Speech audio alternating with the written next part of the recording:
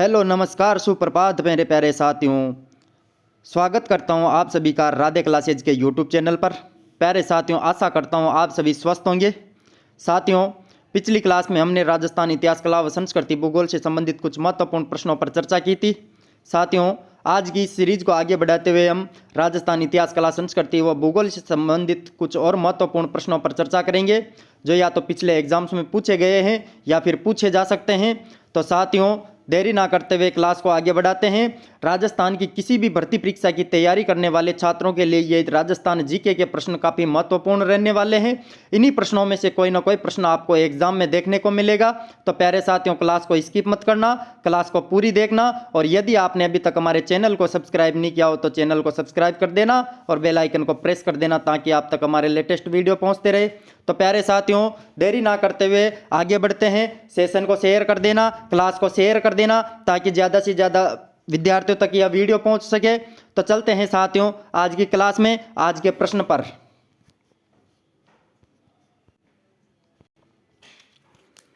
साथियों, प्रश्न है, चलो दिल्ली मारो फिरंगी का नारा किसने दिया था?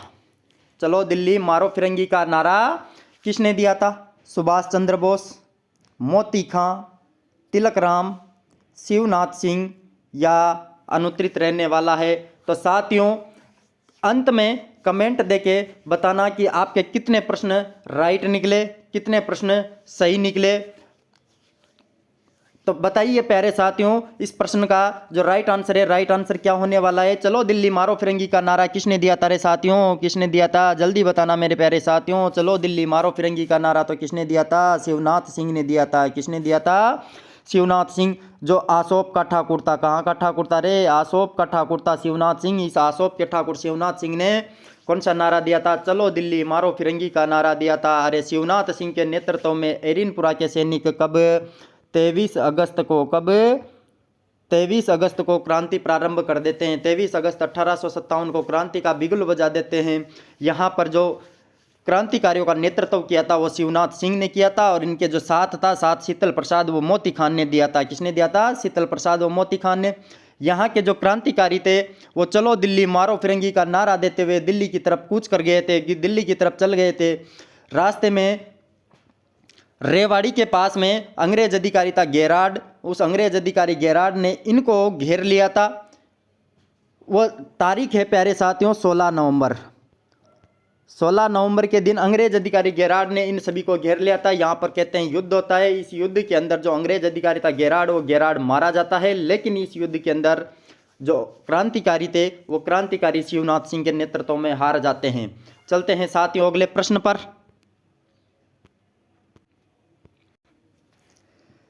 नीमड़ा हत्याकांड का संबंध किस आंदोलन से है? नीमड़ा जो हत्याकांड है, उस नीमड़ा हत्याकांड का संबंध किस आंदोलन से है प्यारे साथियों? मीणा आंदोलन, भगत आंदोलन, एकी आंदोलन, अलवर किसान आंदोलन या अनुत्तरित रहने वाला है? काफ़ी अच्छा प्रश्न है साथियों। नीमड़ा हत्याकांड का जो संबंध है, संबंध कौन से आंदोलन से है मेरे प्यारे साथियों? नीमड़ा आंदोलन हत्याकांड का संबंध तो कौन से आंदोलन से है? नीमड़ा हत्याकांड का संबंध तो मेरे प्यारे साथियों एक ही आंदोलन से है। कौन से आंदोलन से है? एक ही आंदोलन से है। प्यारे साथियों, एक की जो आंदोलन था वो एक की आंदोलन 1921 में चित्तौड़गढ़ के रासमी गांव से प्रारंभ हुआ था। कहाँ से? चित्तौड़गढ़ में रासमी गांव है। इस रासमी गांव से कौन सा आंदोलन प्रारंभ हुआ था रे साथियों? एक की आंदोलन प्रारंभ हुआ था। कौन सा आंदोलन प्रारंभ हुआ था? एक की आंदोलन। कहते हैं प्यारे साथियों, इस एक ही आंदोलन के दौरान 7 मार्च 1922, कब? 7 मार्च 1922 को कई भील एक जगह पर इकट्ठे हुए थे, नीमड़ा गांव में इकट्ठे हुए थे। कहते हैं इन भीलों पर एमबीसी, जिसे मेवाड़ भील कोर के नाम से भी जानते हैं, मेवाड़ भील कोर द्वारा गोलीबारी करवा दी जाती है। कहते हैं इस घटना के अंदर 1200 के लगभग भील मारे गए थे। तो प्यारे साथियों, इसका जो राइट आंसर है, राइट आंसर क्या हो जाएगा? नीमड़ा हत्याकांड कौन से आंदोलन के दौरान हुआ था? एक ही आंदोलन के दौरान हुआ था। चलते हैं साथियों अगले प्रश्न पर।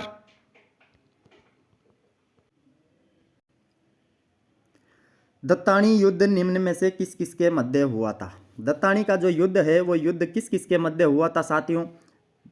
बीजा देवड़ा व अमर सिंह प्रथम, जगमाल सिसोदिया व अखेराज देवड़ा, उदयभान व अखेराज देवड़ा, सुल्तान देवड़ा व जगमाल सिसोदिया, या अनुत्तरित रहने वाला है? तो प्यारे साथियों, काफ़ी शानदार प्रश्न है। दत्तानी का जो युद्ध है वो दत्तानी का युद्ध किस किस के मध्य हुआ था? अरे दत्तानी का युद्ध तो सन 1583 में हुआ था। कब हुआ था रे साथियों? 1583 के अंदर हुआ था।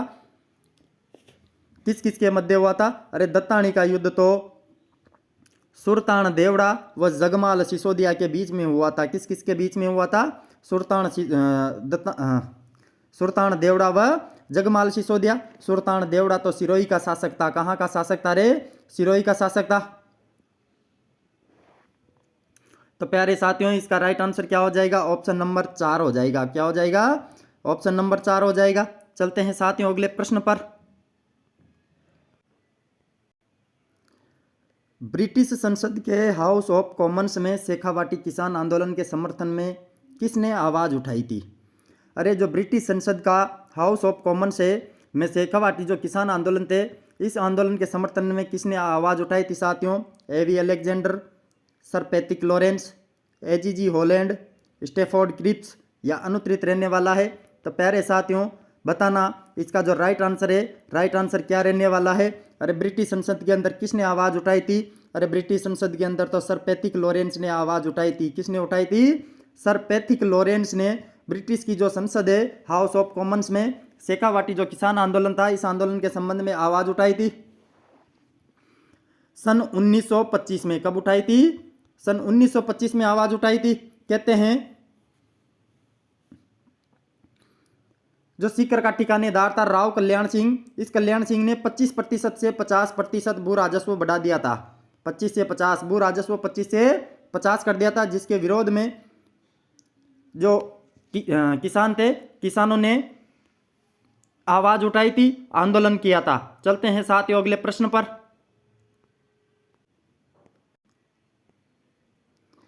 जैसलमेर राज्य में एक स्वतंत्र राज्य के टकसाल की स्थापना किस शासक ने की थी? अरे जो जैसलमेर राज्य था, इसके अंदर एक स्वतंत्र राज्य के जो टकसाल थी, इसकी स्थापना किस शासक ने की थी? अमर सिंह ने, अखे सिंह, मनोहर दास, लूणकरण, या अनुत्तरित रहने वाला है? तो प्यारे साथियों, इसका जो राइट आंसर है वो राइट आंसर क्या रहने वाला है? और जैसलमेर राज्य के अंदर एक स्वतंत्र राज्य के टकसाल की स्थापना किसके द्वारा की गई थी? वो तो अखे सिंह के द्वारा की गई थी। किसके द्वारा की गई थी? महारावल अखे सिंह के द्वारा की गई थी। इस टकसाल के अंदर एक तो मोहम्मद शाही और दूसरे अखे शाही सिक्के डाले जाते थे। दूसरे कौन से? अखे शाही, मोहम्मद शाही और अखे शाही जैसलमेर की जो टकसाल है वहां पर डाले जाते थे। प्यारे साथियों, चलते हैं अगले प्रश्न पर।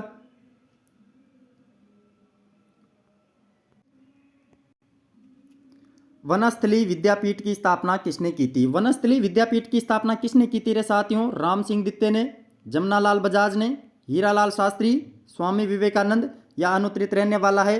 तो प्यारे साथियों, बताना इसका जो राइट आंसर है, राइट आंसर क्या रहने वाला है? काफ़ी शानदार प्रश्न है साथियों, काफ़ी शानदार प्रश्नों की सीरीज चल रही है। राजस्थान इतिहास, कला, संस्कृति व भूगोल से संबंधित कुछ महत्वपूर्ण प्रश्नों की सीरीज चल रही है, क्लास चल रही है। तो प्यारे साथियों, क्लास को शेयर कर देना और चैनल को सब्सक्राइब कर देना। तो बताइए साथियों, वनस्थली विद्यापीठ की स्थापना किसने की थी? वनस्थली विद्यापीठ की स्थापना तो किसके द्वारा की गई थी साथियों? हीरालाल शास्त्री के द्वारा की गई थी। किसके द्वारा की गई थी? हीरालाल शास्त्री के द्वारा 1936 में। 1936 में किस नाम से? जीवन कुटीर के नाम से, जीवन कुटीर के नाम से वनस्थली विद्यापीठ की स्थापना की गई थी। किसकी स्थापना की गई थी? वनस्थली विद्यापीठ की। यह टोंक में स्थित है, टोंक के निवाई के अंदर स्थित है। कहां पे स्थित है? टोंक के निवाई में स्थित है। चलते हैं साथियों अगले प्रश्न पर। साथियों, प्रश्न है देबारी समझौता कब व कहां हुआ था? देबारी समझौता कब व कहां हुआ था? 1708 में उदयपुर, 1711 अजमेर, 1709 जयपुर, 1712 जोधपुर, या अनुत्तरित रहने वाला है? तो प्यारे साथियों, जल्दी से कमेंट देके बताना इसका जो राइट आंसर है, राइट आंसर क्या रहने वाला है? अरे देबारी समझौता तो कब हुआ था? देबारी समझौता तो 1708 में उदयपुर में हुआ था। देबारी समझौता कौन कौन सी रियासतें, आमेर, मारवाड़ व मेवाड़ के मध्य हुआ था। आमेर का शासक तो था सवाई जय सिंह, मारवाड़ का था अजीत सिंह, वो मेवाड़ शासक था अमर सिंह द्वितीय। इनके मध्य देवारी समझौता हुआ था। इस देवारी समझौते के तहत जो मेवाड़ का महाराणा थे वो मेवाड़ महाराणा मारवाड़ शासक वो आमेर शासक को राजगद्दी दिलाने में सहायता करेंगे। चलते हैं साथियों अगले प्रश्न पर। प्रश्न है साथियों, बछावतों, रामपुरिया, गुलेच्छा व सेठिया की हवेलियों के लिए प्रसिद्ध जिला कौन सा है? तो प्यारे साथियों, कौन सा जिला प्रसिद्ध है? जैसलमेर जिला, जोधपुर जिला, सीकर जिला, बीकानेर जिला या अनुत्तरित रहने वाला है? तो प्यारे साथियों बताना इसका जो राइट आंसर है, राइट आंसर क्या रहने वाला है? बछावतों, रामपुरिया व गुलेच्छा व सेठियों की हवेलियों के लिए कौन सा जिला प्रसिद्ध है? वो तो बीकानेर जिला प्रसिद्ध है। कौन सा जिला प्रसिद्ध है साथियों? बीकानेर जिला प्रसिद्ध है। कौन सा जिला? बीकानेर जिला प्रसिद्ध है। प्यारे साथियों, जैसलमेर की कुछ प्रमुख हवेलियों के अंदर आती हैं पटवों की हवेली, सालिम सिंह की हवेली व नथमल की हवेली आती है। जबकि जोधपुर की हवेलियों में तो पुष्प हवेली, पाल हवेली, बड़े मियाँ की हवेली, पोकरण हवेली, पच्चीसा हवेली व राखी हवेली जोधपुर की प्रसिद्ध है। जबकि सीकर की हवेलियों में हम देखते हैं साथियों तो केड़िया की हवेली आती है, राठी की हवेली आती है, रानेड़ी वालों के चौक की हवेली आती है साथियों, जिजोड़िया हवेली आती है। कुछ प्रमुख जो हवेलियां हैं यह हवेलियां कहाँ की है? सीकर की है। तो प्यारे साथियों, बछावतों, रामपुरिया, गुलेच्छा व सेठिया की हवेलियां तो कहाँ पे स्थित है? बीकानेर में स्थित है। चलते हैं साथियों अगले प्रश्न पर। निम्न में से कौन सा दुर्ग यूनेस्को की विश्व विरासत सूची में शामिल नहीं है? अरे निम्न में से कौन सा दुर्ग है जो यूनेस्को की विश्व विरासत सूची में शामिल नहीं है साथियों? गागरोन दुर्ग, मेहरानगढ़ दुर्ग, जैसलमेर दुर्ग, रणथंभौर दुर्ग या अनुत्तरित रहने वाला है? तो प्यारे साथियों, यूनेस्को की विश्व विरासत सूची में जो दुर्ग शामिल नहीं है वो दुर्ग कौन सा है? वो दुर्ग तो मेहरानगढ़ दुर्ग है। कौन सा दुर्ग है? मेहरानगढ़ दुर्ग है, जो कहाँ पे स्थित है? जोधपुर में स्थित है साथियों। कहाँ पे स्थित है? जोधपुर के अंदर स्थित है मेहरानगढ़ दुर्ग। यूनेस्को की विश्व विरासत सूची में 6 दुर्ग शामिल है। कितने दुर्ग शामिल है? 6 दुर्ग शामिल है। गाजर, चीकू, आम, गा से गागरोन, ज से जैसलमेर, र से रणथंभौर, ची से चित्तौड़गढ़, कु से कुंभलगढ़ और आ से आमेर। ये 6 दुर्ग है जो यूनेस्को की विश्व विरासत सूची में शामिल है। चलते हैं साथियों अगले प्रश्न पर।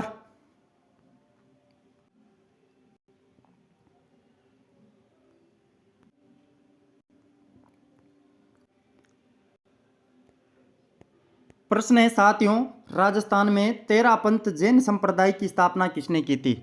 राजस्थान में जो तेरापंथ जैन संप्रदाय है इसकी स्थापना किसने की थी? आचार्य भिक्षु ने, आचार्य श्री तुलसी ने, आचार्य कालगुणी ने या आचार्य महाप्रज्ञ या अनुत्तरित रहने वाला है? तो साथियों काफ़ी शानदार प्रश्न है। राजस्थान में तेरापंथ जैन संप्रदाय की स्थापना किसके द्वारा की गई थी?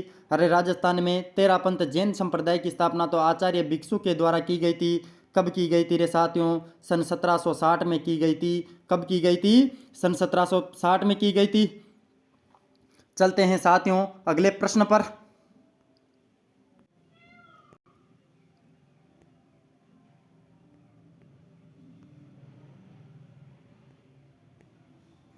निम्न में से सुमेलित नहीं है। अरे निम्न में से सुमेलित नहीं है कौन सा? जसवंत सागर पशु मेला भरतपुर, चंद्रभागा पशु मेला झालावाड़, गोमती सागर पशु मेला झालरापाटन, बलदेव मिर्दा पशु मेला सांचौर या अनुत्तरित रहने वाला है? तो प्यारे साथियों बताना कौन सा है इनमें से जो सुमेलित नहीं है? अरे कौन सा सुमेलित नहीं है रे साथियों? वो तो बलदेव मिर्दा पशु मेला जो सांचौर में है वो सुमेलित नहीं है। कौन सा सुमेलित नहीं है? बलदेव मिर्दा पशु मेला सांचौर में ना होकर के कहाँ पर स्थित है? प्यारे साथियों ये तो मेड़ता सिटी नागौर में स्थित है। कहाँ पे? मेड़ता सिटी नागौर के अंदर बढ़ता है। कौन सा? बलदेव मिर्दा पशु मेला। जबकि जसवंत पशु मेला भरतपुर में बढ़ता है, चंद्रभागा पशु मेला झालावाड़ में बढ़ता है और गोमती सागर पशु मेला है वो झालरापाटन में बढ़ता है। तो प्यारे साथियों राइट आंसर क्या हो जाएगा? बलदेव मिर्दा पशु मेला सांचौर में ना बढ़ के कहाँ बढ़ता है? नागौर में बढ़ता है। चलते हैं साथियों अगले प्रश्न पर। राजस्थान में शुष्क सागवान वनों की बहुलता राज्य के किस भाग में या किन जिलों में नजर आती है? अरे जो शुष्क सागवान वन है उनकी अधिकता कहाँ पे नजर आती है? सीकर, जालोर, झुंझुनू, टोंक, जैसलमेर, बाड़मेर, बीकानेर, जोधपुर, हनुमानगढ़ के पूर्वी भाग में या बांसवाड़ा, प्रतापगढ़, डूंगरपुर, दक्षिणी उदयपुर के अंदर या अनुत्तरित रहने वाला है। तो प्यारे साथियों, इसका जो राइट आंसर है वो राइट आंसर क्या रहने वाला है? अरे शुष्क सागवान वन कहाँ पे पाए जाते हैं? शुष्क सागवान वन तो बांसवाड़ा, प्रतापगढ़, डूंगरपुर व दक्षिणी उदयपुर में पाए जाते हैं। अरे शुष्क सागवान वनों के लिए 75 से 110 सेंटीमीटर वर्षा होना चाहिए। इन क्षेत्र के अंदर शुष्क सागवान वन पाए जाते हैं। चलते हैं साथियों अगले प्रश्न पर। लूणी की एकमात्र सहायक नदी कौन सी है जो अरावली की पहाड़ियों से नहीं निकलती है? प्यारे साथियों, लूणी की एकमात्र सहायक नदी कौन सी है जो अरावली की पहाड़ियों से नहीं निकलती है? जवाई, जोजड़ी, सूकड़ी, बांडी या अनुत्तरित रहने वाला है। तो प्यारे साथियों, कमेंट में बताना लूणी की वो सहायक नदी कौन सी है जो अरावली की पहाड़ी से नहीं निकलती। तो कौन सी नदी हो जाएगी साथियों? वो तो हो जाएगी जोजड़ी। कौन सी नदी हो जाएगी? जोजड़ी हो जाएगी। जोजड़ी नदी का जो उद्गम है वो उद्गम तो अरावली की पहाड़ियों से न होकर के नागौर के पोडलू गांव, कहाँ से? नागौर के अंदर एक गांव स्थित है। कौन सा? पोडलू। कौन सा गांव है? पोडलू गांव से उद्गम होता है। यह लूणी की एकमात्र सहायक नदी है जो दाईं ओर से आकर के मिलती है। कौन सी ओर से? दाईं ओर से आकर के लूणी में मिलती है। लूणी की कुछ अन्य सहायक नदियों में लीलड़ी, मीठड़ी, बांडी, सूकड़ी, जवाई व सागी नदियां हैं। चलते हैं साथियों अगले प्रश्न पर। राजस्थान में धूसर या सिरोजम मृदा का विस्तार किन जिलों में है? अरे धूसर या सिरोजम जो मृदा है इसका विस्तार किन जिलों में है? अलवर, भरतपुर, धौलपुर, नागौर, अजमेर, पाली, कोटा, बूंदी, बारा या जैसलमेर, बाड़मेर, बीकानेर या अनुत्तरित रहने वाला है। तो प्यारे साथियों, इसका जो राइट आंसर है, राइट आंसर क्या रहने वाला है? अरे धूसर मृदा या सिरोजम मृदा कहाँ पे पाई जाती है? कौन से जिलों में? तो वो तो आ जाएगा रे साथियों नागौर, अजमेर, पाली में। कौन से में? नागौर, अजमेर, पाली के अंदर धूसर या सिरोजम मृदा पाई जाती है। कौन सी? धूसर या सिरोजम। अरे धूसर जो मृदा है इसके अंदर कौन किसकी प्रधानता होती है? चूने की प्रधानता होती है। किसकी? चूने की अधिकता होती है। इसके अंदर चूने की अधिकता होती है। चलते हैं साथियों अगले प्रश्न पर। साथियों, राजस्थान की सिंचाई परियोजनाओं के संदर्भ में कौन सा युग्म सुमेलित है? कौन सा युग्म सुमेलित है? छापी दौसा, ल्यासी डूंगरपुर, सावन भादो कोटा, सूकली सेलवाड़ा या अनुत्तरित। तो कौन सा युग्म सुमेलित है जो सही है प्यारे साथियों? कौन सा है रे साथियों? ऑप्शन नंबर 3 है जो सावन भादो है वो सावन भादो कहाँ पे है? सावन भादो तो कोटा में है। यही ऑप्शन राइट है प्यारे साथियों। यही ऑप्शन सही सुमेलित है। सावन भादो तो कोटा में है, जबकि जो छापी है वो छापी दौसा में ना होकर के कहाँ पे है रे साथियों? झालावाड़ में है। कहाँ पे है? छापी परियोजना तो झालावाड़ में है, जबकि ल्यासी परियोजना कहाँ पे है? डूंगरपुर में ना होकर के बारा में है। कहाँ पे है साथियों? बारा में है। जबकि सूकली सेलवाड़ा परियोजना है वो तो सिरोही में स्थित है। कहाँ पे स्थित है? सिरोही में स्थित है। चलते हैं साथियों अगले प्रश्न पर। अगला प्रश्न है साथियों, राहु घाट परियोजना में राजस्थान की कितनी प्रतिशत हिस्सेदारी है? राहु घाट जो परियोजना है इस परियोजना में राजस्थान की कितनी प्रतिशत हिस्सेदारी है साथियों? 50%, 59%, 15.2%, 45% या अनुत्तरित रहने वाला है। तो प्यारे साथियों, राहु घाट जो परियोजना है इस राहु घाट परियोजना के अंदर राजस्थान की जो हिस्सेदारी है वो राजस्थान की हिस्सेदारी कितनी है रे साथियों? राजस्थान की हिस्सेदारी तो 50% है। कितने प्रतिशत है साथियों? 50% है राहु घाट परियोजना में। राहु घाट परियोजना से जो सर्वाधिक लाभान्वित जिला है वो सर्वाधिक लाभान्वित जिला करौली जिला है। कौन सा जिला है? करौली जिला है। अरे राहु घाट परियोजना तो राजस्थान व मध्य प्रदेश की संयुक्त परियोजना है। किसकी? राजस्थान व मध्य प्रदेश की, जिसमें राजस्थान का हिस्सा 50% है। कितना है? 50% है। चलते हैं साथियों अगले प्रश्न पर।